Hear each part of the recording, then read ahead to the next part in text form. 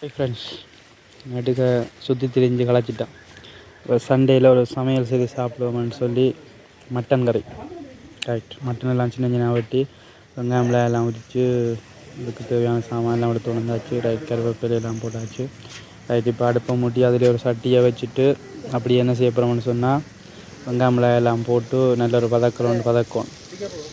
இந்த பொன்னிறமாக மட்டும் வதக்கினா தான் அந்த சரியான டேஸ்ட் வரும். சரி, போட்டு நல்ல ஒரு வதக்கி கொண்டு இருக்கலாம் பாருங்க. சும்மா தகான்னு சொல்லி வதங்குதானே. ரைட், வதங்கி நல்ல ஒரு பொன் நிறத்தில் வரைக்க தான் என்ன செய்யணும் தெரியும் தானே உங்களுக்கு. அடுத்து என்ன ஆட்டம், ஒரே நரஜியாக போட்டு சும்மா அதே மாதிரி வதக்கி போட்டு அது கொஞ்சம் வதங்கணும். நல்லா வதங்கினா தான் அந்த வாசம் வரும். மட்டன் இந்த நல்லா கொழுப்புள்ளாட போய் பாருங்க. உங்களுக்கு இப்போ வாசம் பாருங்க. இந்த வீடியோ பார்த்து கேட்கும் உங்களுக்கு அந்த மட்டன் வாசம் வரணும்.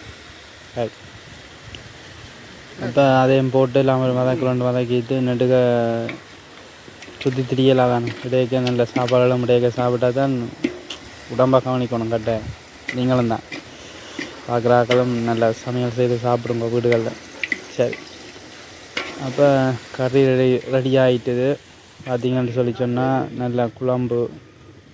நாங்கள் இதுக்கு பால் விடுறதில்லை, பால் விடாமல் காய்ச்சின மட்டன் கறி எப்படி இருக்குது வாங்க டேஸ்ட் பண்ணி பார்ப்போம். ஓகே, மற்றொரு வீடியோவில் சந்திக்கிறேன். சண்டே சமையல். பாய். உங்களுக்கு இந்த வீடியோ பிடிச்சிருந்தால் லைக் பண்ணுங்கள், ஷேர் பண்ணுங்கள், கமெண்ட் பண்ணுங்கள்.